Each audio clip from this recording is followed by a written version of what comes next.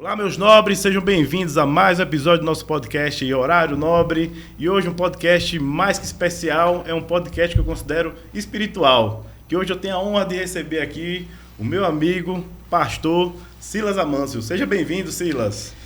Bom dia, Daniel. Eu que agradeço aqui essa oportunidade de estar aqui e quero também desejar um excelente dia a todos os seus espectadores. Para mim é uma alegria estar aqui. Obrigado, pastor, por ter recebido o convite da gente, né, da gente poder falar um pouquinho da sua trajetória, né, falar um pouquinho da Bíblia, né, de Jesus, de Deus. Isso é muito importante.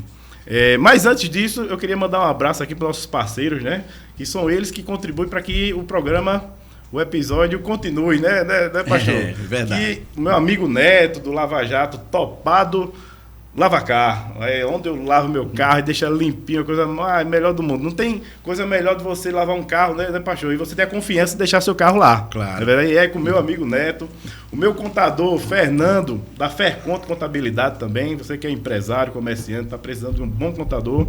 É importante, né, pastor? Um contador para a empresa, demais. Perfeito. Meu amigo Gerson, da Maganes, que é a loja de calçados e acessórios, e ele passou que lá tá na promoção de coturno. Antigamente era bota, né? Foi uma de coturno, tanto masculino, feminino e infantil, a partir de R$ 99,90, ok? E começando o nosso episódio, pastor, conta aí um pouquinho da sua história, como começou. O senhor é daqui mesmo de Arapiraca, sua família, fica à vontade.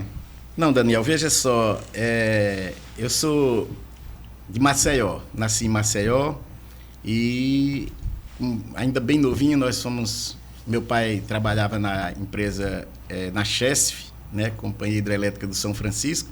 Nós fomos para Paulo Afonso, depois voltamos para o interior de Alagoas, mais precisamente na cidade de União dos Palmares, e depois nós voltamos definitivamente para Maceió. Então minha história basicamente foi toda em Maceió.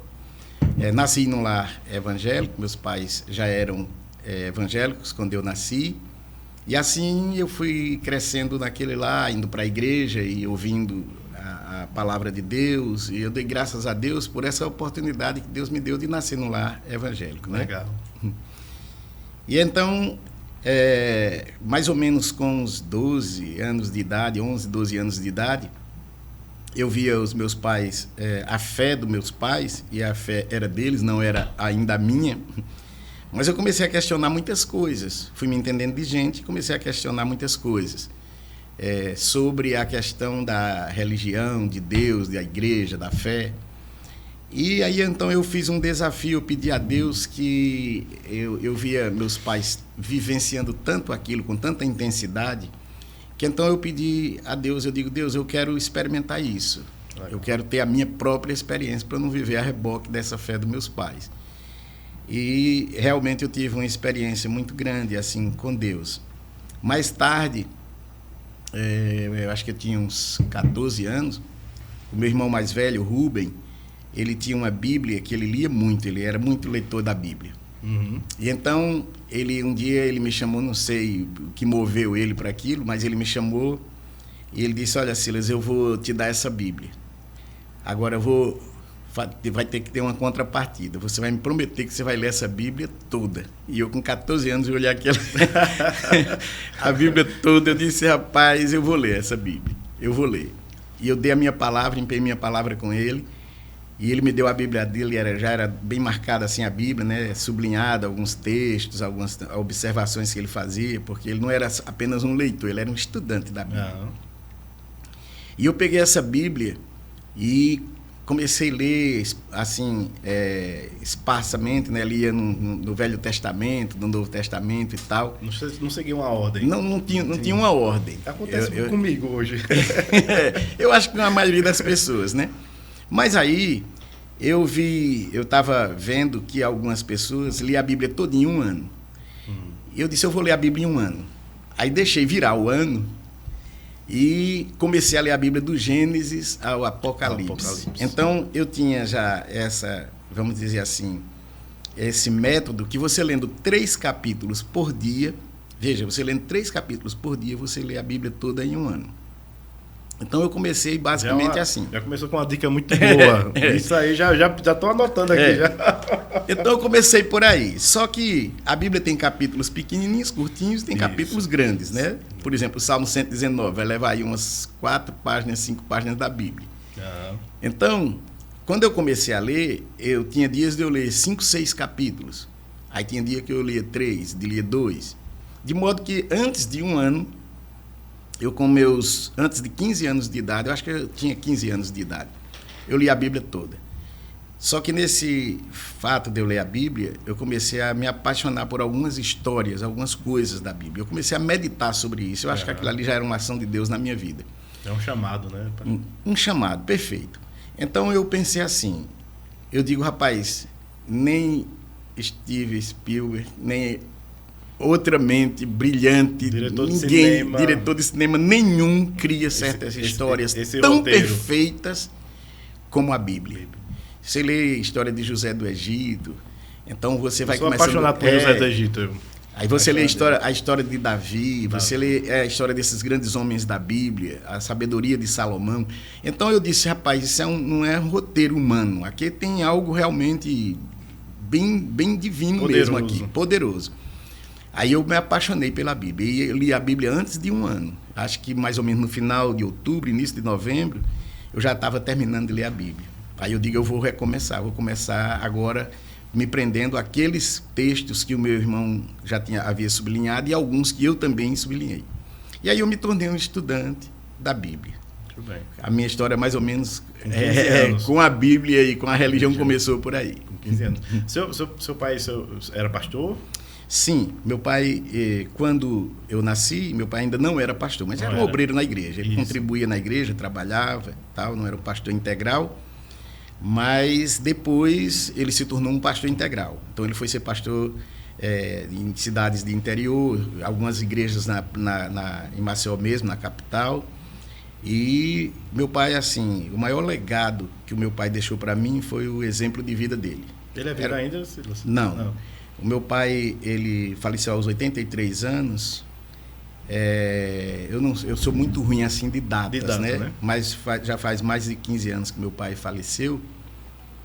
Mas eu digo para você assim que, para mim, meu pai foi um homem grande. Meu pai foi uma pessoa grande, uma alma grande, sabe?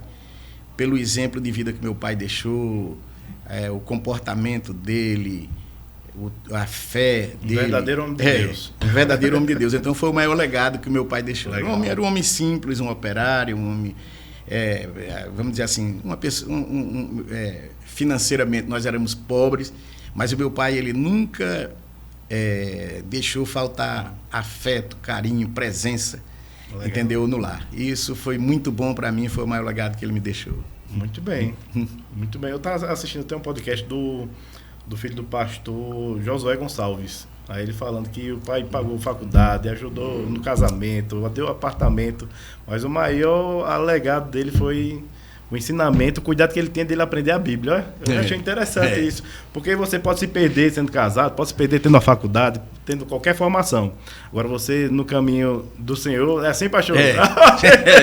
Perfeitamente. Ele não cobrava a nota da escola, leu a Bíblia hoje? Olha que todo pai fizesse isso com o filho, né? Legal, isso aí. Muito bem. Eu me lembro, Daniel, um dia eu estava... Fala aí bonito agora. Mas você é do ramo, né? Muito bem. Então é assim, um dia eu estava na sala lendo a Bíblia, meu pai já estava aqui em Arapiraca, e meu pai passava uns tempos em Maceió na casa do meu irmão, e passava uns tempos aqui, a minha mãe morreu primeiro, ele ficou viúvo. Depois ele ainda teve um segundo casamento com uma pessoa da igreja também, uma viúva também, ele conheceu ela, casou. E depois ele ficou viúvo pela segunda vez. Bem. Então, a essas alturas, ele já estava no crepúsculo aí da vida dele. E ele passava um tempo em Maceió, um tempo aqui. E eu estava em casa, na sala da minha casa, lendo a Bíblia. E o papai chegou. Aí, quando ele chegou, olhou para mim e usou esse termo, nunca esqueci. Tá comendo um pãozinho quente aí, né? Aí foi pegar a Bíblia dele, sentou na outra cadeira da sala e começou eu e ele lendo a Bíblia ali. Eu achei aquilo ali o máximo, nunca esqueci. Que legal. Uma lembrança sua, né? São quantos irmãos, Silas, você tem? É como aquela novela, Éramos Seis. Era... Eu também, lá em casa são 6, né? Em casa eu tenho 5 irmãos, né? Éramos 6. Éramos seis. Hoje nós temos 3, tá? Tem eu, uma irmã minha que mora nos Estados Unidos há muito tempo, uns 30 anos que ela mora em Dallas, nos Estados Unidos, casou com um americano. E o meu irmão que mora em Maceió, o Alberto, que faz parte da igreja presbiteriana. Você é mais velho, mais novo? Não, eu sou um intermediário aí. Eu tinha um irmão mais velho. Eu sou do meio. Eu tenho a primeira foi a minha irmã Renilde. Também já faleceu. Aí depois veio o Rubem, aí veio a Tereza, que é essa que mora nos Estados Unidos, o Paulo Amâncio, que era o Paulo Amâncio filho, né? Uhum. Meu pai era Paulo Amâncio também faleceu. E hoje tem eu e o Alberto. Então eu sou, digamos assim, o penúltimo, né? O Alberto é o caçula, eu fui o... Muito bem. Ô Silas, e sobre sua família, assim, a minha esposa, ela tem como referência muito a sua esposa, viu? Uhum. A gente passou uma dificuldade no tempo, a gente já são 18 anos juntos, eu e a Emanuele, e 12 anos de casado. Né? Não são 12 dias, nem 12 meses, né? Quer queira, quer não. Aí ela procurou a sua esposa, eu lembro como hoje. E quando eu falei que ia entrevistar você, ela ficou muito feliz. Fala um pouquinho sobre sua esposa, sua família. Olha, Vanilza para mim é algo assim que é um presente de Deus. Porque hoje, eu sempre digo na igreja, e eu só falo aquilo que eu sinto de falar, Vanilza, hoje eu compartilho o meu ministério com ela. Uhum. Vanilza é um sustentáculo no meu ministério, né? Às vezes eu recebo assim algum convite para pregar em outras igrejas, em Maceió, em outros lugares. E aí ela disse que sofre mais do que eu, porque eu fico ali, né? Imagina. Naquela luta, preparando uma mensagem, pedindo a Deus uma inspiração para trazer uma palavra e tudo. E eu pensava que ela ficava alheia a tudo isso, mas não. Ela sofre comigo, ela ora por mim, ela fica nervosa, como se fosse ela que fosse subir ao púlpito, né? Uhum. Inclusive, está com uns 15, 20 dias atrás, eu estive em Maceió ministrando uma palavra para casais na comunidade Gênesis, do meu amigo e colega de ministério, pastor Arri Tenório. Ele me convidou, eu me senti também assim honrado com esse convite e fui. E aí eu combinei com ela, digo, já que é um evento para casais, eu quero que você suba comigo na tribuna lá e você fale alguma coisa. Legal. E ela foi se preparar, e se preparou e tal, mas quando chegou lá, que ela viu aquele cenário lá, aquela multidão, aí ela disse assim, Silas, eu vou só fazer a abertura e eu passo para você. Eu vou orar por você para que Deus te dê uma palavra. Eu digo, legal. Então, assim, Vanilza me ajuda muito, inclusive na igreja, ela atende as irmãs, ela conversa com as irmãs, a gente visita. E nós não temos ainda no nosso ministério pastoras, né? Uhum. Mulheres como pastoras. Mas Vanilza é uma pastora, sim, de fato. Ela é uma pastora comigo. E eu louvo a Deus pela vida dela. Pessoa também, assim que a gente já passamos dos 40 anos de casados. Isso. Então sou um neném, rapaz. Passamos dos 40 anos de casados, temos nossos 2 filhos, o Luiz Felipe, solteiro, está em casa com a gente, vai fazer o Enem esse ano. E tem o Paulo Vitor, que tem 32 anos, casado, já nos deu um netinho, casado legal. Com Nayane, filha do nosso querido irmão Elias.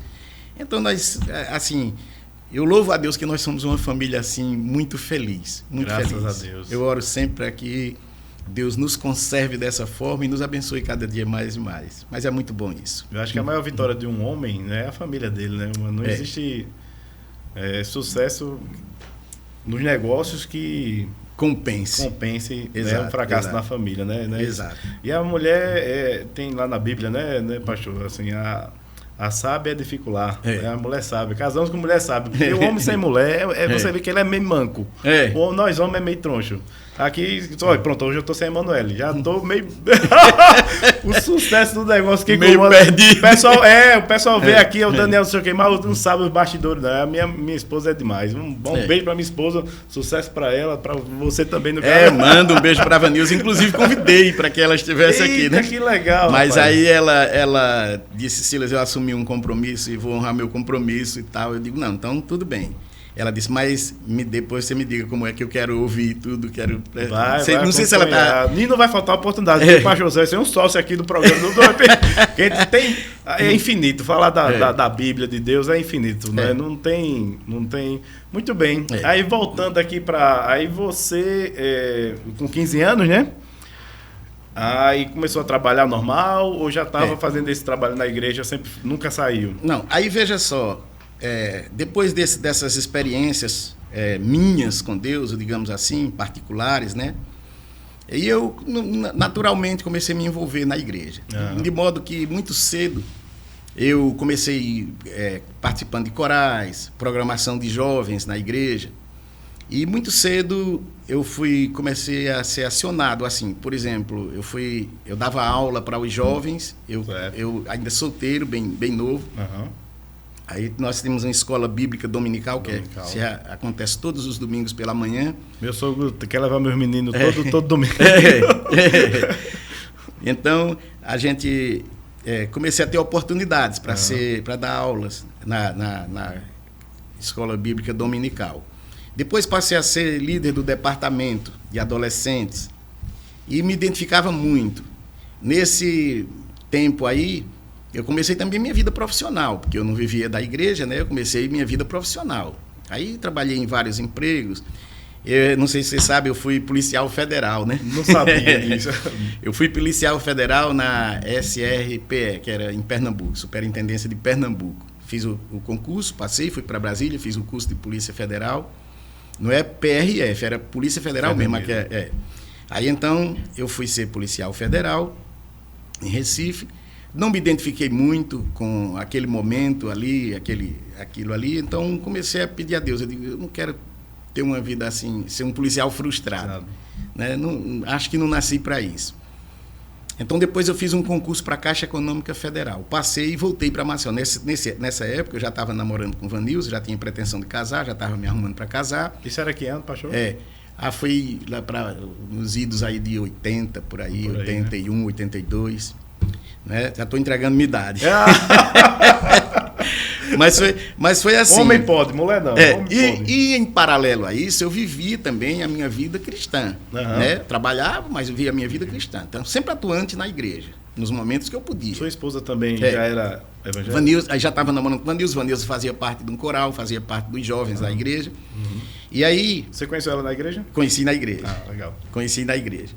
E aí, o que é que acontece? Eu passei no concurso da Caixa Econômica, eu voltei para Maceió. Que o objetivo maior era voltar para Maceió, porque eu queria me casar e ficar em Maceió com a minha família e tal.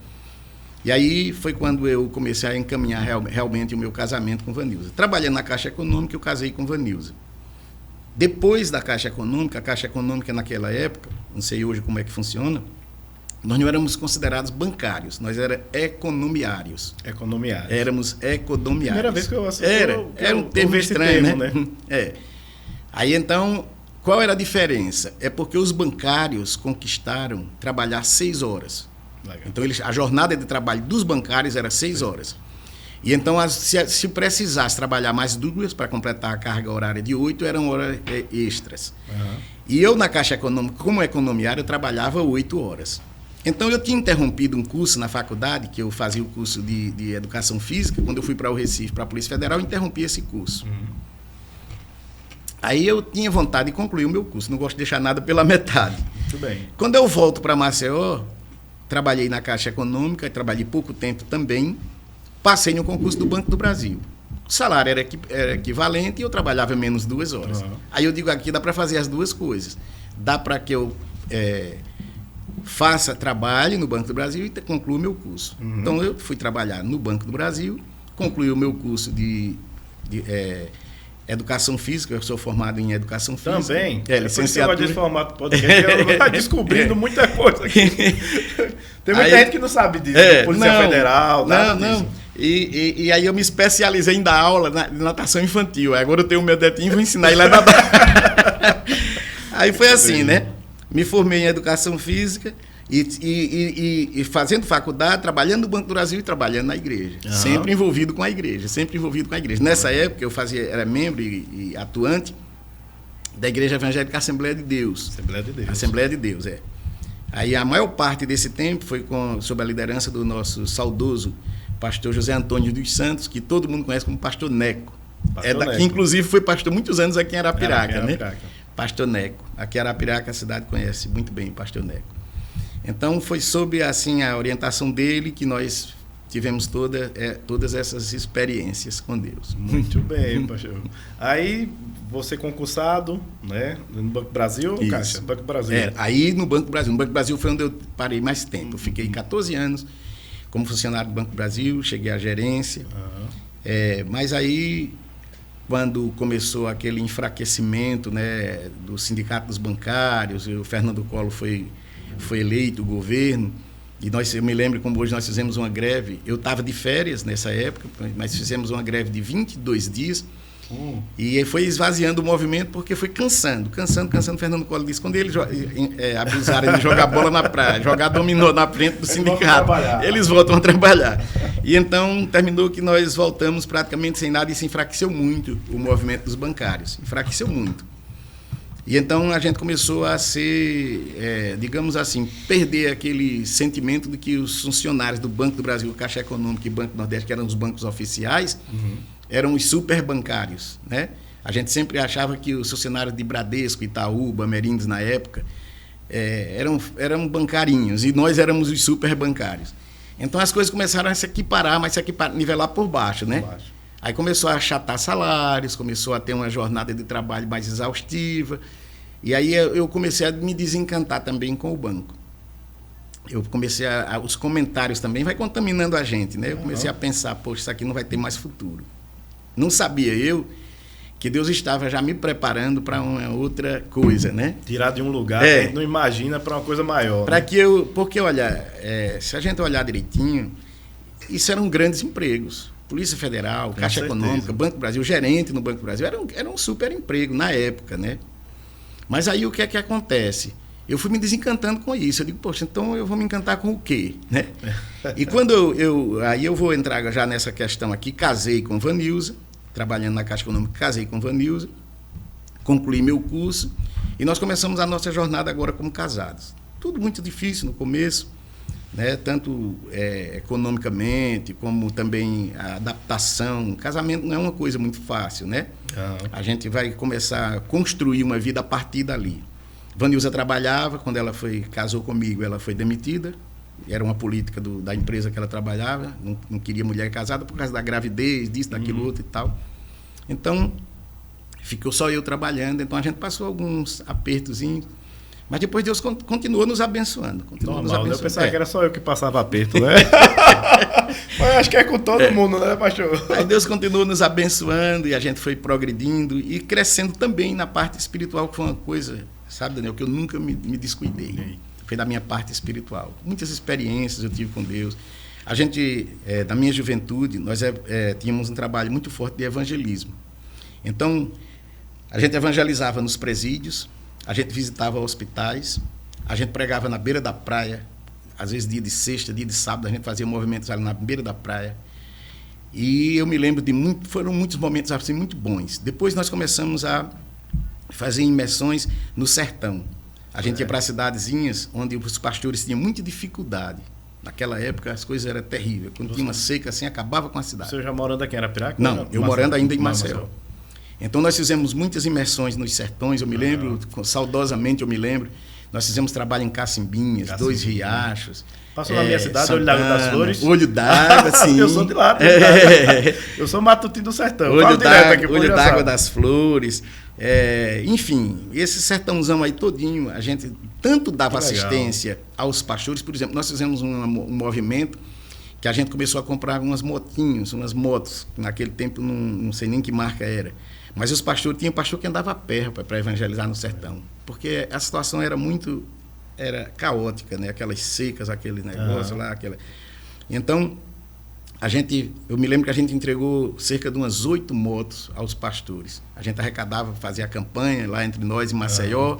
Aí comprávamos a moto quando era no culto. Tinha um culto que todos os pastores do interior iam para Maceió, que chamava um culto... era um culto de comunhão em que toda a direção da igreja, em todas as cidades, não só do sertão, se juntavam em Maceió. Era uma festa. Então, nesses cultos, isso, na Assembleia de Deus. Tinha uma vizinha à minha casa, a Assembleia de Deus, tem até hoje. Era ali, ainda hoje ali onde na descida daquela ladeira que desce para a Praça dos Martírios, e lá em cima tem a Embratel. Então, o ponto de referência era a Embratel. Então, a igreja ficava ali, a igreja sede, a principal igreja da Assembleia de Deus, onde o pastor geral sempre estava lá. E ali a gente fazia a entrega dessas motos. Aí a gente também mandava oferta para esses pastores e visitava eles, ia lá fazer evangelismo na cidade e tal. E eu participava ativamente disso, me apaixonei por isso, por missões, por pregar o evangelho em praça pública, em feiras. Eu me lembro em Santana do Ipanema um fato que aconteceu. Nós chegamos em Santana do Ipanema para fazer um evangelismo, e o evangelismo ia ser no sábado em Santana e no domingo a gente ia para outra cidade. Aí contactamos com o pastor e tudo. Só que quando nós chegamos lá, tinha uma feira. E um amigo meu, grande amigo meu, Javan Medeiros, aí quando a gente chegou lá, que paramos os carros, era perto da feira, bem perto da feira. Aí Javan disse, rapaz, um monte de gente desse aqui, a gente podia fazer um culto ao ar livre agora aqui. Rapaz, é um desafio, mas vamos fazer. Então nós ali puxamos gambiarra, ligamos instrumentos, teclado, guitarra. No meio da feira. No meio da feira. Era uma de melancia assim e a gente de lado. Pense numa coisa boa, viu? Aí a gente ali começou a cantar, tocar e começou a juntar gente. juntar gente. Aí, e eu ali, né, como um coadjuvante. Aí Javan pega a Bíblia assim em cima da caixa de som de Silas, tá com você, prega agora a palavra. O Javan era pastor ou não? Não, era um dos líderes também, né? Aí eu me lembro, rapaz, que eu preguei no meio da feira. Aquilo ali era fantástico para mim, muito bom, sabe? Aí eu louvo a Deus por essas experiências. E aí a gente, pronto, vivendo todo esse momento, né? Chegou o tempo de eu vir para Arapiraca. Foi esse desencanto com o Banco do Brasil, que eu te falei, né? Fernando Collor. Foi nessa fase que você começou a empreender, que você é empreendedor, né? Aí, pronto, aí eu disse, eu vou sair do banco. O que é que eu vou fazer? Né? O que é que eu vou fazer? Aí não sabia, não tinha nenhuma luz. Comecei pedindo a Deus uma orientação, que eu tenho meu emprego seguro, eu sou casado, ainda já tinha o Paulo Vitor, né? Meu primeiro filhinho. Aí eu disse, o que é que eu vou fazer? Eu tenho minha família, eu não posso dar um tiro no escuro, né? Comecei a orar, pedir direção a Deus e tal, só que eu nunca imaginei. É assim, eu não tinha parente em Arapiraca, eu conhecia a cidade, já tinha vindo aqui algumas vezes, mas eu não conhecia, não tinha amigos nenhum em Arapiraca, não tinha parentes, não tinha nenhuma referência assim. Relacionamento zero. Aí um amigo meu tinha uma empresa aqui em Arapiraca, que ainda hoje é a Servibras, e essa empresa ele ia fechar. Ele estava procurando uma gerência para aqui, botou uma pessoa, não deu certo, botou uma segunda, não deu certo, e aí ele estava nesse pensamento de fechar essa empresa. De forma que a gente, almoçando, me lembro como hoje, ali nós estávamos almoçando na Massagueira, eu encontrei com ele e a gente começou conversando. E ele chamou um primo meu que foi criado comigo, que hoje também é do rádio, né, o André Pepes. Aí ele chamou o André numa mesa e conversou lá um assunto com o André, e eu não vi o que ele estava conversando. Ele estava propondo ao André se o André não topava vir gerenciar essa empresa aqui. E o André disse que não topava, porque não tinha como, não tinha experiência na área e tal. André veio para a mesa e disse, rapaz, o Jairo, o nome desse rapaz é Jairo Azevedo, ele disse, o Jairo me propôs ir para Arapiraca para gerenciar a empresa dele. Eu disse a ele que não. Eu digo, rapaz, você não devia ter dito que não. Você devia ter dito a ele que ia pensar, porque, de qualquer forma, era uma oportunidade. Aí, não sei como foi que deu um estalo assim na minha cabeça. Eu disse, ele não vende não essa empresa? E onde eu estou hoje? Esse estalo Deus ao estalo. Para você ver, rapaz, entendeu? Tudo é Deus, sabe? Tudo é Deus. Providência divina. Deus move céus e terra. De forma que, quando eu menos espero, para encurtar essa história que é muito longa, quando eu menos espero, eu estou em Arapiraca. Muito bem. Deixei o Banco do Brasil, emprego seguro, uma coisa que... E venho para Arapiraca para empreender. Numa área também que eu não conhecia ninguém, não conhecia o ramo, não conhecia nada. E a Deus botou a mão e começou a abençoar a Servibras. Só que Deus não me trouxe para aqui, para eu ser um empresário. Ainda hoje nós temos a Servibras, eu acho que todo mundo aqui em Arapiraca conhece, e tem outras cidades aqui, até em outras cidades aqui. Com certeza. A Servibras é uma empresa muito conhecida. Referência. 26 anos no ramo de refrigeração.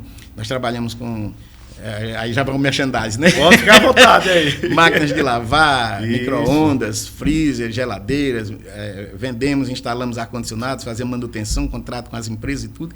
Então, é uma empresa que foi crescendo, e cresceu muito, e hoje nós temos 26 anos dessa experiência. E é uma empresa familiar. Porém, Deus não me trouxe aqui para isso. Deus me trouxe aqui porque Ele tinha esse propósito. E foi aqui onde eu vivi uma experiência de ver uma igreja nascer. Uma igreja nascer do nada. Né? Nós fizemos uma reunião, aí veio alguns irmãos de Maceió, que a igreja El Shaddai, ela foi implantada aqui pela igreja El Shaddai de Maceió, cujo pastor é o pastor Múcio Calheiros, que ainda hoje é. Então o pastor Múcio veio para aqui e abriu uma congregação aqui. Eu sou desse início, sou dos pioneiros. Uhum. Eu vi cultos com 12, 15 pessoas. Nossa. 12, 15 pessoas assim num culto. E a gente ia ali tocar, compartilhar a palavra. E esse movimento foi crescendo, a igreja foi crescendo muito paulatinamente, entendeu? Mas foi crescendo. Passamos lutas no começo, dificuldades, pessoas que vieram, pastores que vieram, aí não deu certo, voltaram. E nessas indas e vindas, a igreja balançava, o pastor preocupado lá em Maceió, nós aqui, porque o grupo estava crescendo. Tem que ter o pastor para as ovelhas do local. Para orientar e para sustentar, segurar a barra. Eu sei que depois que a igreja cresceu, e aí a igreja tomou um impulso, eu vi realmente tomar corpo a igreja, aí naquele crescimento da igreja, aí o pastor chamou a gente e disse, olha, eu quero independer vocês. Então não foi assim um racha, não foi uma desobediência, não. O pastor veio aqui, propôs, o Ministério de Maceió propôs nos independer e nos doar todo o patrimônio que tinha, que não era muita coisa, mas era o essencial para a gente, que já era o que a gente tinha. Som, instrumentos, cadeiras, entendeu? Aí tinha prédio próprio? Não, era aluguel, não tinha ainda prédio próprio, era alugado. Mas pagávamos o aluguel, pagávamos o salário do pastor que estava, e então ele nos independeu. Aí foi fundada realmente a Igreja Batista El Shaddai de Arapiraca. E o pastor ainda nos permitiu ficar com esse nome El Shaddai, porque ele também fez esse mesmo trabalho, ele fez em União dos Palmares, Novo Lino, Tabuleiro, Benedito Bentes. Ele fez. E todas essas igrejas, depois ele doou tudo e independeu. Que é o sistema da igreja El Shaddai de Maceió fazer dessa forma. Certo. Então, nenhuma dessas ficou com o nome El Shaddai. Mas nós pedimos isso para ele. E ele também, em contrapartida, ele pediu algumas coisas para nós. Aí a gente cumpre. Ainda hoje a gente cumpre isso em consideração e tudo. Não são coisas absurdas, não. Coisas coerentes até com a palavra de Deus. Então nós nos comprometemos com ele. E ainda hoje a gente cumpre. Porque nós continuamos com o nome El Shaddai. Mudamos só a logomarca, CNPJ, claro. E aí nós tocamos a nossa vida. Muito bem, pai. Então é uma experiência para mim, era uma experiência que eu nunca tinha tido. Eu sempre fiz parte de igrejas grandes. Como eu disse para você, eu pregava na feira, pregava em presídio, pregava na praia, no sertão. Mas eu tinha um respaldo de uma igreja grande. Quando eu chegava no domingo à noite, eu tinha uma multidão ali, aí tinha corais, bandas, pessoas para ensinar a palavra abundantemente, líderes, muitos líderes. Então eu vivia tranquilo. Quer dizer, se faltasse uma família, ninguém percebia. Mas quando eu vim para os cultos aqui, que tinha 12 pessoas, 15 pessoas, quando eu ficava esperando um irmão chegar. Mas é assim, nasce a experiência grande, né? É como você diz, seria muito tempo, sabe? Isso. Eu sou muito prolixo. Muito bem. Pastor, você chegou onde, numa parte que eu tenho eu sou católico, né? De uma família católica, tá?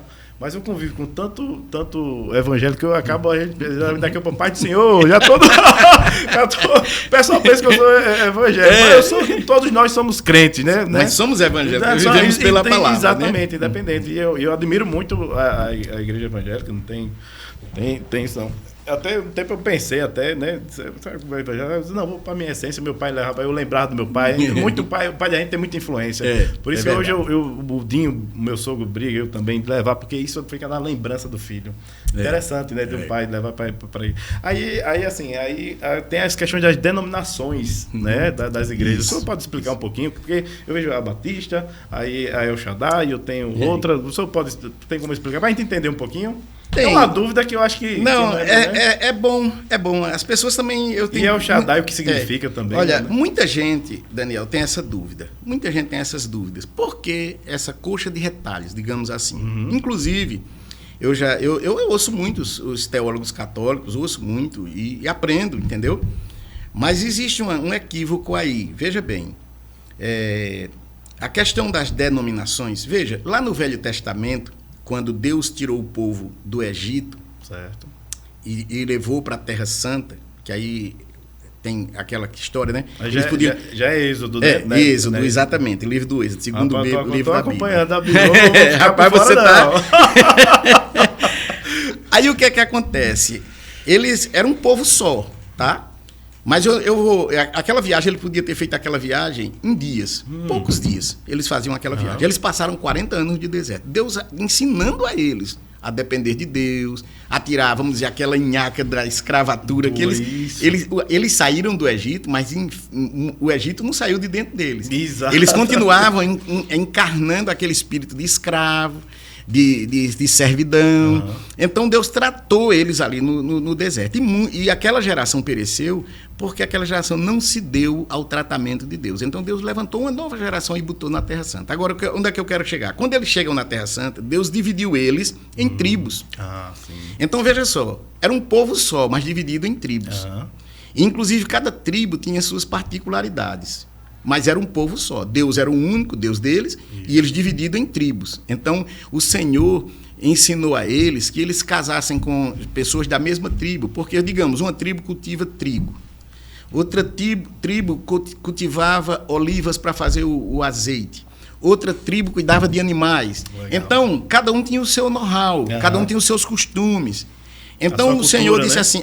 Então, o Senhor disse assim, é bom que case sempre gente da mesma tribo, porque o cara que mexeu a vida toda com azeite, casar com uma menina que criava animais, ia dar alguma diferença. Mas não era proibido, entendeu? Entendi. Mas é só para você entender o que é, porque o povo de Deus se divide assim. Ele se dividia em tribos. Hoje não tem nada a ver com isso. Hoje é entendimento. Entendimento da palavra. Eu entendo que isso aqui é assim. Entendo de boa fé. É a interpretação que eu faço. A Bíblia não é um livro fácil de interpretar. Não. A Bíblia tem suas nuances. Então, o que é que acontece? Existe o presbiterianismo, existe o pentecostalismo, aí existe os batistas. Isso. Aí, e dentro dessas igrejas, a Assembleia de Deus. Então, dentro dessas igrejas ainda existem pensamentos diferentes. Então, o que é que acontece? Por um lado, é salutar haver essas denominações. Porque, por exemplo, eu vou a uma igreja e eu tenho um pensamento diferente quanto a essa visão dessa igreja. Aí eu não vou ter... isso não implica necessariamente na minha salvação, mas implica no meu culto, no exercício da minha fé. Né? Vamos supor, até a própria música. Eu chego numa igreja que é uma igreja jovem. Então é bateria, é pancadaria e tal. E os jovens se identificam com isso e vão com isso. Mas eu sou um cara que eu gosto de uma coisa, um culto mais lento, uma música mais suave, mais sacra. Então o que é que acontece? Aquele culto para mim já me perturba. Aquela música alta, aquela bateria, aquele som, talvez até jogo de luzes que algumas igrejas usam. E então aquilo ali, aí eu procuro um nicho que eu me identifique mais. E onde você se sente bem, né? Existe também as diferenças doutrinárias. Por exemplo, as igrejas pentecostais, elas creem que os dons, os milagres de Deus, eles continuam até hoje, que é o nosso caso. Nós cremos dessa forma. Que os dons espirituais, os milagres, as profecias, elas continuam até hoje. Outras que chamam... que creem que os dons cessaram. Né? Eles creem que cessaram na era apostólica. E que hoje a igreja vive só da leitura, interpretação e obediência da Bíblia. Então, eles creem que esses dons cessaram. Por exemplo, eles não creem nas curas, nos milagres de Deus. Eles não creem mais em profecias. Então, eles creem que os dons cessaram. Então... Isso não implica necessariamente, sabe, Daniel, na nossa salvação. Isso, entendi. Mas é uma visão, é uma interpretação. Interpretação. Tem os seus vamos dizer assim, o seu benefício tem, porque existem umas correntes aí que se chamam neopentecostais. Que aí há muitos exageros, muitas coisas que não se explica pela palavra de Deus.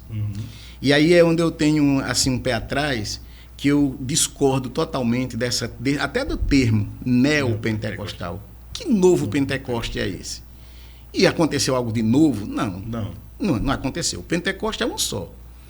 Então eu já discordo daí. Aí vem essa questão também da doutrina da prosperidade. Teologia da prosperidade. Tem muito isso aí. Que aí as igrejas começam a se tornar praticamente um balcão de negócios.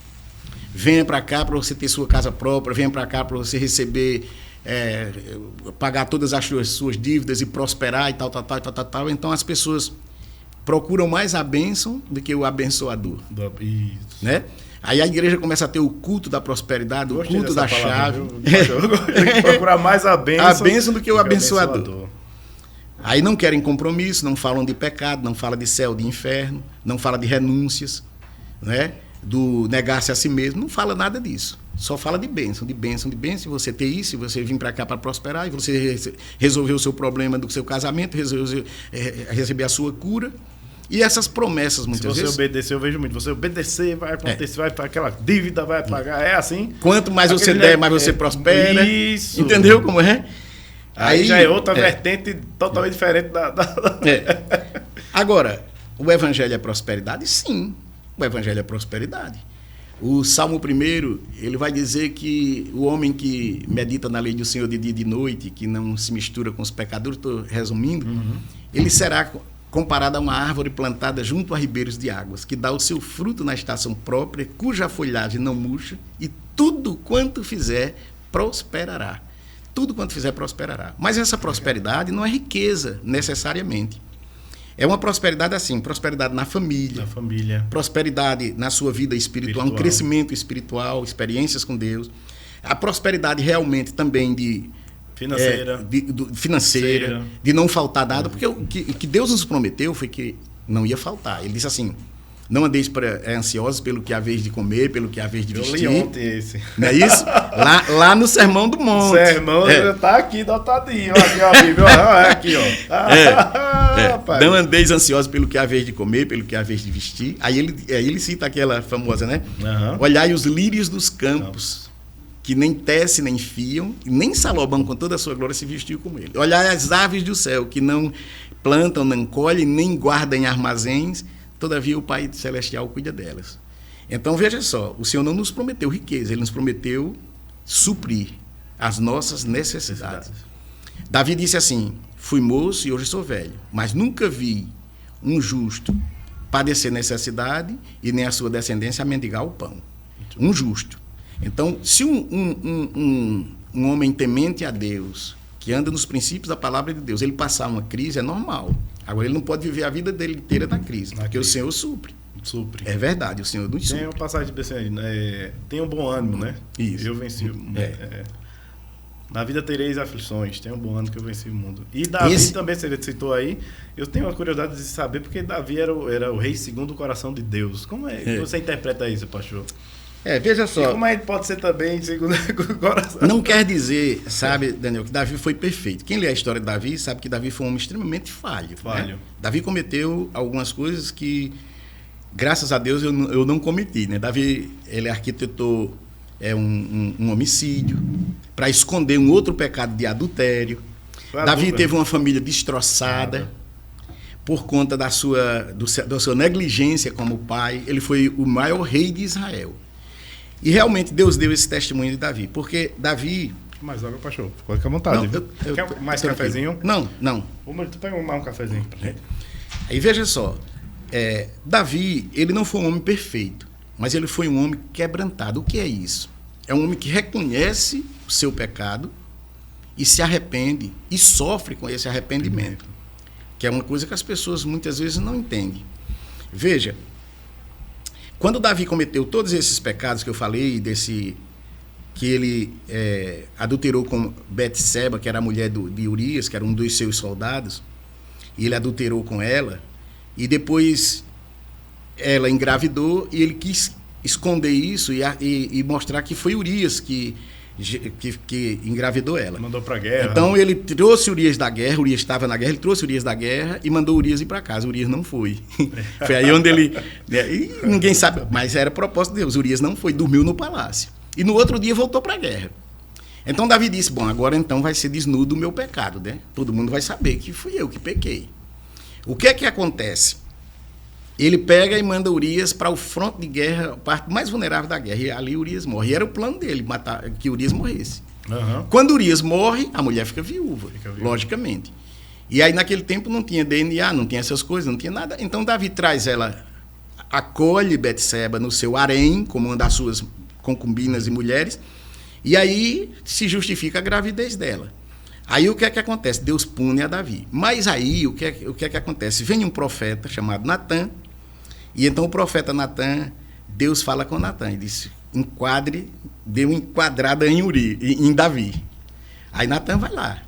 Aí Natã conta uma historinha a Davi, mais ou menos assim, disse, olha, um homem tinha uma ovelhinha que ele prezava muito, cuidava dela, ela dormia em seu regaço, ele tinha ela como um animal de estimação. E o outro tinha rebanhos de ovelhas. Era rico, tinha muitas ovelhas. Veja o paralelo, né? Davi tinha um harém de mulheres. Urias só tinha a dele, né? Aí ele disse assim, aí chega um visitante na casa desse homem, que tinha rebanhos e rebanhos de ovelhas, e ele vai e mata a ovelha do vizinho, que só tinha uma, que dormia no seu regaço e tudo, e se banqueteia. Aí Davi se irou com isso. Davi disse, esse infeliz merecia morrer. Aí Natã disse, esse homem, Davi, é você. É você. Aí ele cai na real. Aí ele cai na real. Veja bem, ele como rei, ele podia ter dito, rapaz, como é que você se atreve a me enquadrar dessa forma? Não, você não lhe dê essa ousadia e tal. E podia ter até punido severamente o profeta Natã. Mas aí a Bíblia diz que ele cai em si. Uhum. E aí a gente vai ver alguns salmos de Davi, ele falando sobre esse pecado dele e pedindo misericórdia a Deus. Num desses salmos... Davi era um grande adorador, então. Então, é o quebrantamento, o reconhecimento dele da miséria dele. Aí a Bíblia vai dizer que Deus disse, eu encontrei em Davi um homem segundo o meu coração. Um homem que erra, é imperfeito, mas que se quebranta, não usa da autoridade que tinha como o maior rei de Israel para abafar isso aí, mas quando desnuda o pecado dele, aí ele disse até assim, tem um texto na Bíblia que diz assim, enquanto eu calei o meu pecado, o meu humor se tornou em sequidão de estio. Dia e noite o meu pecado pesava sobre mim. Aí ele vai falar da angústia dele até que ele confessa esse pecado. Ele fala dessa angústia dele. Então é interessante isso. Mas não é que Davi fosse um homem perfeito, né? Como nós não somos também. Né? Interessante, pastor, que eu vejo a Bíblia assim, que ela encontra essas imperfeições, né? Poderia encobrir, só botar só as coisas normais, né? Boas, né? Mas conta tudo, né? Aí voltando, pastor, vamos voltar lá pro Êxodo, né? Aí tem aquela passagem assim, que faça o homem sua imagem e semelhança. O que significa isso, essa imagem e semelhança? Nós somos imagem e semelhança de Deus? Pode ser assim, pastor? Porque a gente vai falar da Bíblia todo dia aqui, mas em outros episódios, né? Veja bem, na realidade, essa imagem e semelhança não tem muito a ver com o nosso físico, né? Aí você vê assim, a Bíblia, por exemplo, a Bíblia tem um termo no profeta Isaías que ele diz assim, porque a mão do Senhor não está encolhida para que não possa salvar, nem os seus ouvidos surdos para que não possa ouvir. Mas os nossos pecados fazem uma barreira de separação entre nós e o nosso Deus. Uhum. Então, veja bem, por que a Bíblia fala na mão de Deus? Para que a gente possa ter uma compreensão, né? Isso. De uma forma de Deus. Uhum. Os ouvidos de Deus, para a gente ter uma compreensão que Deus... Mas a gente não pode conceber Deus com um corpo igual ao meu. Então, essa imagem, logicamente, não é uma imagem física. É uma imagem, digamos assim, é uma imagem espiritual. É um caráter, uma imagem de caráter. Então, Deus nos criou, e quando Ele nos criou, Ele formou o homem do pó da terra, né? Formou o homem do pó da terra, e soprou o espírito dele nas narinas do homem. Então, esse espírito não é necessariamente o meu respirar, porque os animais também respiram, e Deus não soprou nas narinas dos animais. Os animais também têm diafragma, têm pulmão, respiram, oxigenam o seu sangue. Então, esse soprar é sopro de vida, mas não é a vida somente física. Aí Deus colocou no homem parte da sua própria vida, que seria, que a gente chama vida eterna, vida de Deus, vida que a gente participa da vida de Deus. O que é que acontece? Então, ali estava formado um ser totalmente diferente dos demais animais. Porque seria assim, morre um boi, por exemplo, e morre um homem, é diferente. Isso é tão real, obrigado, sabe, Daniel? Tão real que, veja, se você passar numa estrada e você vê um animal morto, a gente até sente, né? Rapaz, o carro atropelou ali o animalzinho, morreu ali um cão, até um... Sinto, eu atropelei um gato, um jumento, eu passei a noite todinha assim, né? A gente até sofre. Mas veja o impacto que causa quando você passa e vê um ser humano. Nossa, meu Deus. Aí o impacto é muito maior, porque a vida humana, quer queira, quer não, ela tem um outro nível. É um outro nível. Ali tem algo de Deus, algo divino na vida humana. Então, quando Deus criou o homem, ele disse, façamos o homem a nossa imagem e semelhança, não tem nada a ver com o físico em si. Certo. Tem a ver com o caráter, tem a ver com o relacionamento entre Deus e o homem, tem a ver até com o relacionamento entre nós mesmos. É um negócio muito, muito profundo, muito interessante. Então, é diferente da gente comparar a vida do ser humano com a vida do animal. Apesar de que nós temos também a nossa parte física. Com certeza. Né, os nossos instintos, nós temos. Mas nós temos dentro de nós uma coisa que se chama consciência. Nenhum outro ser tem isso, nenhum animal tem isso. Nós temos a nossa consciência. E a nossa consciência, para que o homem ele transgrida infinitamente, ele diga que não sente nada, isso é uma falácia. Sente. Sempre. Quem faz o mal sabe que está fazendo o mal.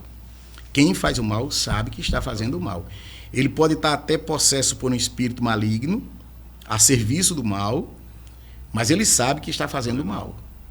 Ele tem consciência da perversidade, ele tem consciência da promiscuidade, entendeu? Da injustiça, ele tem consciência. Tanto é que você vê pessoas, hoje, coincidentemente hoje, eu estava vendo aqueles 10 homens, foram 12 julgados, né, daquele julgamento de Nuremberg, onde eles foram julgados, os criminosos de guerra, né, dos nazistas, e um deles se suicidou, o outro morreu, e os 12 foram julgados, e todos os 12 foram condenados a enforcamento. Só que 2 já estavam fora do processo, que já tinham morrido. E 10 foram enforcados. E eu estava vendo um documentário sobre as últimas palavras daqueles homens. E teve um que disse assim, ele disse, eu estou morrendo de medo, eu sei que vou morrer, mas por um lado eu estou me sentindo bem porque eu estou pagando pelos meus pecados. Então ninguém faz as coisas... Tinha consciência do que tem feito. Ele tinha consciência. Exatamente. Aí, mais semelhança, aí Deus fez o homem, soprou nas narinas. Aí, na minha concepção, viu, pastor? De brincadeira, assim, ele viu que o homem é um bicho feio. Ou eu acho o homem feio. Eu sou admirador das mulheres, né? Aí eu vou melhorar isso aqui. Aí pegou da costela, é isso? Fez a mulher. Eu disse, não ficou muito bonitinho, não, porque o homem é bicho feio. Quem fala sobre isso é Cláudio Duarte, né? O pastor Cláudio Duarte, ele disse que o homem foi a matéria bruta, a mulher já foi a coisa mais acabada, né? Isso, exatamente. Foi isso mesmo.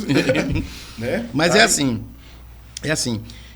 Na realidade, Deus poderia... Até uma pessoa, uma vez eu ouvi um pregador, ele falando assim, ele disse que um homem dizendo assim, rapaz, como é que hoje, pleno século XX, com tanta ciência, tanto conhecimento, você ainda crê que Deus fez o homem do barro? Rapaz, há muita infantilidade e tal, Deus fez fazer o homem do barro, não sei o que e tal. Aí o camarada, assim, na simplicidade dele, né, que não era um cientista, ele disse assim, rapaz, vamos fazer aqui tecer aqui um raciocínio. Digamos que você fosse Deus, tivesse o poder de fazer o homem. O cara diz, não, pai, mas vamos fazer. Eu estou topando pensar com você, então vamos fazer de conta que você tem o poder de fazer o homem. Você é um Deus e tem o poder de fazer o homem. Aí o cara disse, tá bom, onde é que você quer chegar com isso? Ele disse, aí você fazia de quê? Aí o cara disse, sei lá. Ele disse, não, mas diga, chute aí qualquer coisa. O cara disse, eu fazia de madeira. Ele disse, pronto, Deus fez de barro. Simples assim. Resolveu.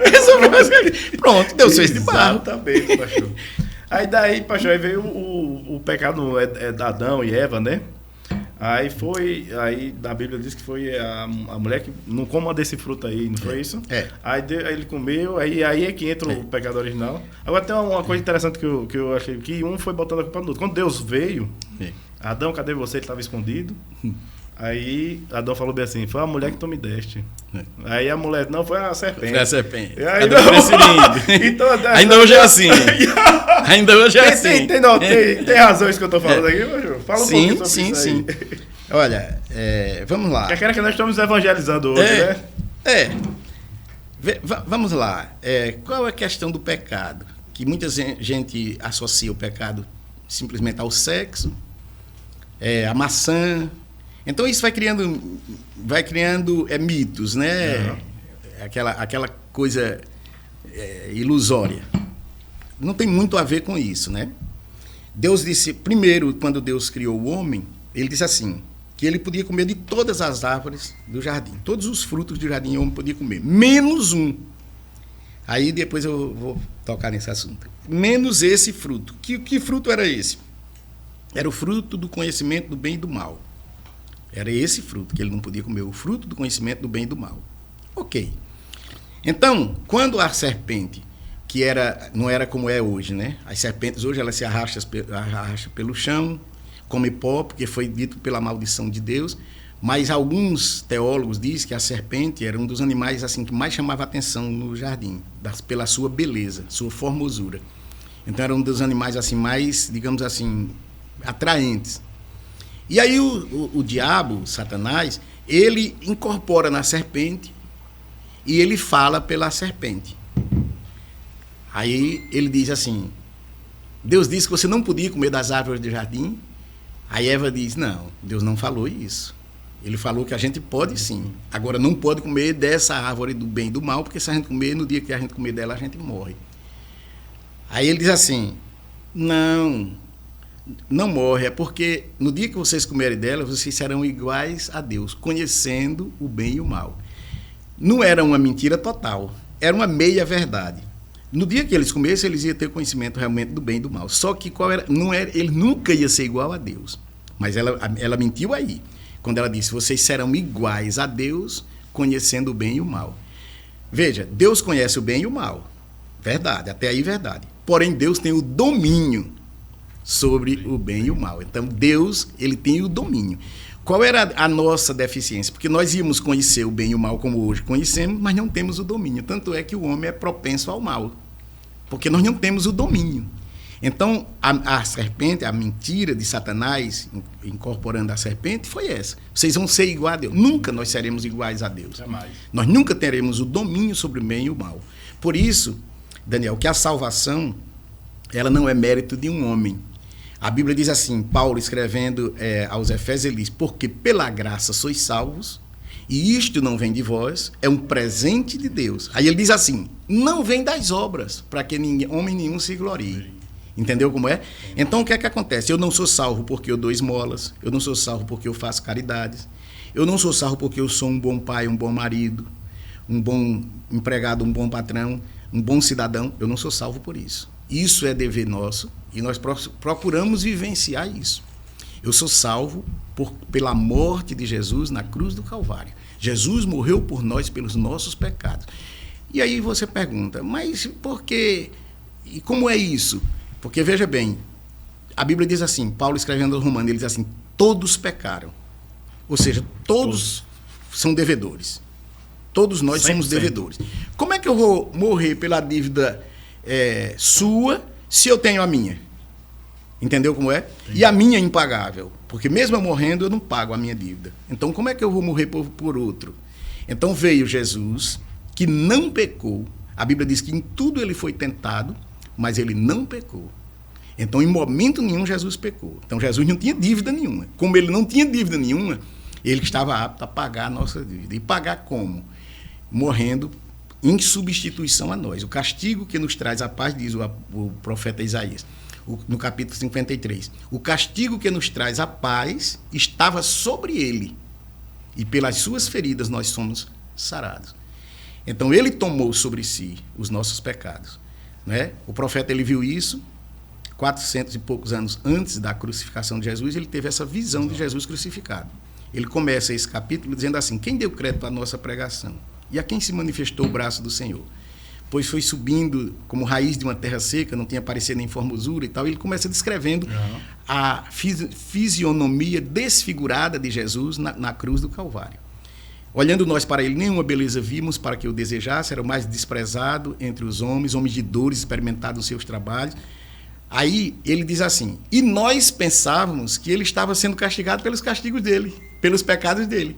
Aí ele diz assim: mas verdadeiramente ele tomou sobre si os nossos pecados. Então é muito interessante, é um capítulo profético falando do sofrimento de Jesus em substituição pelos nossos pecados. Então isso é o cristianismo. Diferente de todas as outras, assim, grandes religiões, islamismo, budismo e tal. Essas outras religiões, elas falam sempre do mérito, né? Você faz o bem, colhe o bem. Você faz o bem, você ganha a salvação. Você faz o mal, você ganha o inferno. Ele não fala em inferno, ele fala em karma, ele fala em castigo, ele fala em recompensa do mal, entendeu? E tal, e tal. Então, o evangelho, o cristianismo, ele não fala sobre... Por exemplo, Jesus na Bíblia tem um texto que diz assim, que o que o homem planta, isso ele colhe. Isso é uma lei natural. Se você faz o mal, você vai ser odiado. Alguém ali adiante vai fazer o mal a você também. Um dia você vai cair no seu próprio... né? Mas isso não tem nada a ver com a salvação. Porque senão seria pelas obras. Isso. A salvação, às vezes as pessoas... Por que eu pregava no presídio, Daniel? Porque eu vi homens ali que mataram taxistas para roubar R$38. Nossa. O cara matou um homem, um pai de família, para roubar R$38. Mas aquele homem, uma vez a gente pregando a palavra, aquele homem veio à frente chorando. Chorando. E chegou ali na frente e ele se rendeu. Um cara que não tinha medo de trocar tiro com polícia, um cara que não tinha medo de nada, um cara que tinha uma índole péssima. E você vê um cara ouvir um evangelho e o cara foi se aproximando aos poucos, daqui um pouquinho ele veio ali na frente chorando. Esse cara, quando ele foi, depois ele disse ao pastor Sérgio, que era um amigo nosso, ele disse: pastor, eu já cumpri minha pena, mas eu não tenho ninguém por mim lá fora. Então eu estou aqui já de graça. Aí ele disse, mas eu quero dizer uma coisa para o senhor. Depois de algum tempo, já que ele tinha tomado essa decisão, aí a gente deu uma Bíblia para ele, aí ele vinha todos os cultos, e você via que mudou, até a fisionomia do cara mudou. Muda. Aí ele disse assim: quando eu sair daqui, pastor, a primeira coisa que eu vou fazer é ir numa igreja e dar o meu testemunho, dizer o homem que eu fui e a misericórdia que Deus teve de mim. E que se eu pudesse voltar atrás, eu nunca faria o que eu fiz. Isso é arrependimento, sabe, Daniel? Aí, quando foi um domingo, inclusive nesse domingo eu perdi, eu não fui para o evangelismo, aí o pastor me falou de noite na igreja, disse: mas Silas, eu estou esquecido agora o nome dele, rapaz, não sei se era Gilvan. Ele disse, eu acho que era Gilvan. Ele disse: olha, o Gilvan, ele chegou o alvará de soltura dele na sexta-feira. O advogado lá pegou o alvará de soltura dele na sexta-feira e correu lá para soltar ele na sexta-feira e passar o final de semana em casa. Aí ele disse: olha, eu vou ficar aqui até amanhã, até domingo, porque os irmãos vão vir. E eu quero me despedir deles e ter o meu último culto aqui. E permitiram, né? O cara segurou o alvará de soltura e não executou naquele final de semana. E ele ficou lá até domingo. Aí ele disse: então, pastor, eu já estou com o meu alvará de soltura, já estou solto, mas eu fiquei aqui para participar desse último culto aqui. E vou cumprir aquilo que eu disse ao Senhor. Quando eu sair daqui, eu vou... Então, veja só, o evangelho é isso. É isso. O evangelho é isso. É a salvação, não pelos nossos méritos, mas pela graça de Deus. Portanto, eu não posso apontar o meu dedo na cara de ninguém, porque é isso, porque é aquilo, ou porque foi, ou porque fez e tudo, e dizer: olha, eu estou salvo, você está ferrado. Não posso. Não. Entendeu? A misericórdia que Deus usou... Não julgueis para não ser julgado. Entendeu? Então, a misericórdia que Deus teve de mim, ele teve do mundo. Exatamente. A Bíblia diz assim: porque Deus amou o mundo de tal maneira que deu o seu único filho. Então, Deus amou o mundo. Ele amou a prostituta, o traficante, ele amou ladrão, ele levou na... o homicida, ele amou, do mesmo jeito que ele me amou. Não obstante eu não ter cometido essas coisas, mas o amor de Deus não é diferente por mim do que aquelas pessoas que cometeram mal. Muito então, bem. Isso é que é o evangelho, entendeu? Pastor, o nosso tempo está terminando. Espero que o senhor gostou do formato aqui? Rapaz, tem muita coisa para conversar. Vai precisar toda uma semana um episódio aqui para contar essas histórias, para a gente falar da Bíblia. E nosso tempo, né, Murilo? Como é que tá o tempo aí? 10 minutos ainda? Então dá pra gente fazer nossas considerações finais ainda, entendeu? Pastor, eu quero agradecer de coração, né, você ter aceitado o nosso convite. Espero que o senhor seja um sócio aqui do Podcast Horário Nobre, pra gente realmente vir aqui falar de Bíblia, de estudo bíblico, falar de... É isso que eu quero e eu acho que isso é importante, né? Deus quer isso da gente, né? Amém. E aí, pra finalizar, pastor, eu sempre peço ao meu convidado... para ele falar do coração, que aqui vai ficar gravado pro resto da vida agora. Seus filhos, seus netos, bisnetos, vai ver a gente, né? Lá na frente, né? Aí fala uma mensagem aí que tiver no coração do Senhor, que você estiver pensando aí. Veja, a sua câmera é essa daqui. Veja, Daniel, O pessoal da igreja vai assistir a gente, vai não? Eu creio que sim. Olha, Daniel, eu também eu quero assim, aproveitar bem esse restinho de tempo. Quero primeiro lhe agradecer, né? Saber que pessoas muito importantes já passaram por aqui e por isso eu me sinto importante também, né? Me sinto importante também, porque eu creio que muitas pessoas importantes passaram por aqui. Então, eu quero agradecer o convite que você me fez e dizer que deu tempo, falei da Igreja El Shaddai, falei da minha vida, até profissional, e falei também alguma coisa da Bíblia. Nós falamos algumas coisas importantes da Bíblia e vi que você também é um leitor e conhece a Bíblia também. Mas deixa eu dizer uma coisa, olha, eu sempre digo às pessoas, o Evangelho não é uma filosofia, o Evangelho não é uma novidade, um novo ensino, uma nova religião até. O Evangelho, Paulo disse assim, eu não me envergonho do Evangelho de Cristo porque é o poder de Deus para a salvação. E quando eu falo em salvação, eu falo em todas as implicações que a salvação nos traz. Possivelmente, algumas pessoas que vivem presas e nem sabem que vivem, porque existem as piores algemas que aprisionam o homem, são as algemas invisíveis. É a algema da pornografia, é a algema do vício, é a algema do sentimento mal, da inveja, da perversidade, do desamor. E muitas vezes as pessoas pensam que são livres e não são. E vivem uma falsa liberdade. Você que não consegue passar um final de semana com a sua família, porque você tem que sair para beber. Isso é uma algema em que você nem percebe, mas ela te aprisiona. Você que não consegue, vai ao médico, corre um risco sério e não consegue parar de fumar, de tomar crack, de tomar drogas. Isso é uma algema que você não consegue se livrar sozinho.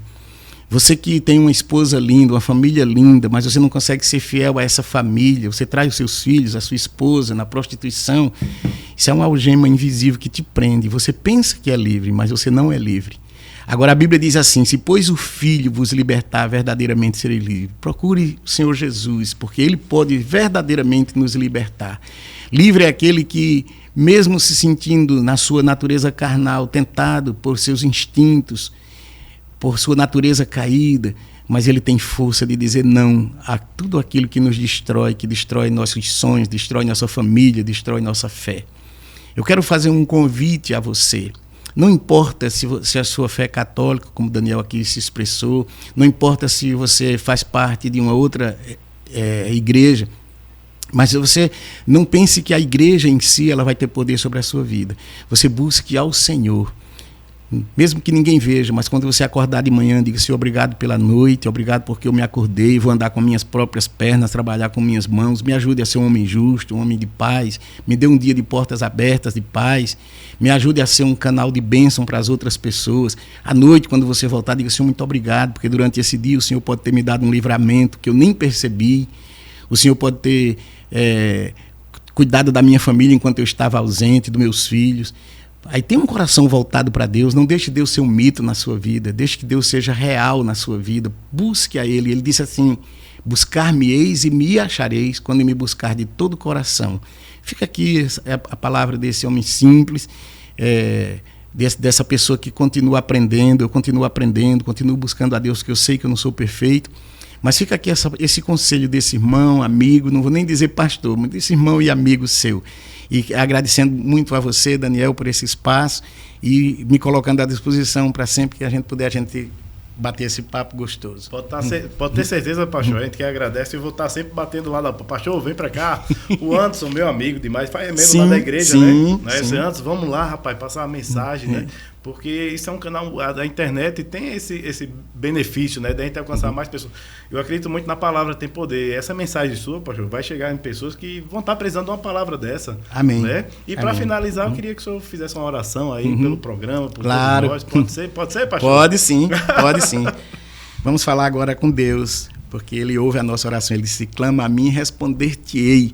Muito bem. E mostrar-te-ei coisas grandes e firmes que você não conhece. Então, o nosso Deus, como disse, não é um mito, é um Deus real, é um Deus que interage conosco, que se importa comigo, com você, Daniel, com todos nós. Então, nós vamos agora falar com Deus aquilo que está no nosso coração. Não é uma oração decorada, é aquilo que está no nosso coração. Isso. Vamos orar, então. Senhor Deus, nós queremos te agradecer por esse tempo que passamos aqui, por esse dia. Eu quero te pedir por todas as pessoas que estão nos ouvindo, essas pessoas que podem ter alguma dificuldade, algum problema, quem sabe um ente querido enfermo, um diagnóstico contrário, quem sabe uma desunião no lar, um casamento que está falindo. E eu peço, Pai, em nome de Jesus, que o Senhor coloque a tua mão sobre essa pessoa, sobre essa família, para reverter esse quadro e trazer a essas pessoas uma esperança, Pai. Eu te peço que esse canal prospere, que o Senhor esteja dando toda a sabedoria que o Daniel precisa para continuar o seu trabalho de sucesso. Abençoa também essa casa, Pai. Eu te peço ao Senhor, por último, que nos dê um final de semana abençoado. Nos livre de todo mal, abençoe nossas famílias, nossas vidas, e que em tudo aquilo que nós colocarmos a nossa mão, o Senhor faça prosperar, Pai. Que tudo seja para a tua glória. Nós fazemos essa oração em nome de Jesus. Amém. Amém. Pastor, o senhor tem as redes sociais, o senhor sabe falar aí o Instagram, para o pessoal acompanhar ou não? Não, eu tenho... mexe ou é a sua esposa? A minha esposa. Na realidade, ela até fez um Instagram para mim. Legal. Mas deixa eu ver, Daniel, aqui. Puxa aí, o pessoal seguir o senhor lá também. Rapidinho. Que a gente vai fazer os cortes também, viu? Pastor, eu queria que o senhor colaborasse com a gente, botasse aí a mensagem. Pode ser também no Instagram? Deixa eu ver aqui, porque se eu conseguir abrir aqui... Não, tranquilo. Se não for, a gente bota gravado na edição aí. Olha, deixa eu só mostrar para você. Esse aqui, deixa eu ver aqui. Eu vi que tem da igreja também, né? Tem. O Ibeza Oficial. O Ibeza _oficial, parece alguma coisa assim. Pronto. Ibeza _oficial. Procura lá, pessoal. Bota Ibeza Oficial que vai aparecer. O Instagram da igreja é o Shaddai, Arapiraca, né? Olha, esse aqui é o meu Instagram. Deixa eu ver aqui. Eu sou analfabeto nisso, viu? Meu sonho é do meu filho. Eu sou analfabeto nisso. Quem me ajuda nessas coisas é a minha esposa. E ela fez um Instagram para mim que, na realidade, eu nem uso. É esse aqui. Ó. Muito bem. Não. Deixa eu ver aqui. Silas _Amâncio _Silva. Isso. Então, pessoal, o Instagram do pastor aqui é o Silas _Amâncio _Silva. Siga lá o pastor. Ele está apenas começando com 455 seguidores e vamos encher de seguidor aqui para ouvir mensagem do pastor, né? Muito obrigado. Então, pessoal, né, vai lá também no Instagram do Horário Nobre. Segue lá, nós estamos em todas as plataformas, estamos no TikTok, no Kawaii, onde tiver gente nós estamos. No YouTube, se inscreve lá também, só não estou no Spotify porque ainda não aprendi como é que faz lá, mas eu vou aprender. E, pessoal, tivemos aqui um aprendizado espiritual, né? Eu costumo dizer que o ser humano tem 5 saúdes. Saúde espiritual, familiar, social, física e financeira. Tá legal isso aí? Então hoje muito nós cuidamos da espiritual, Deus primeiro, né? Então, pessoal, que Deus abençoe vocês, né? E até o próximo episódio. Muito obrigado, valeu. Pastor, valeu. Grande abraço a todos. Tchau, valeu.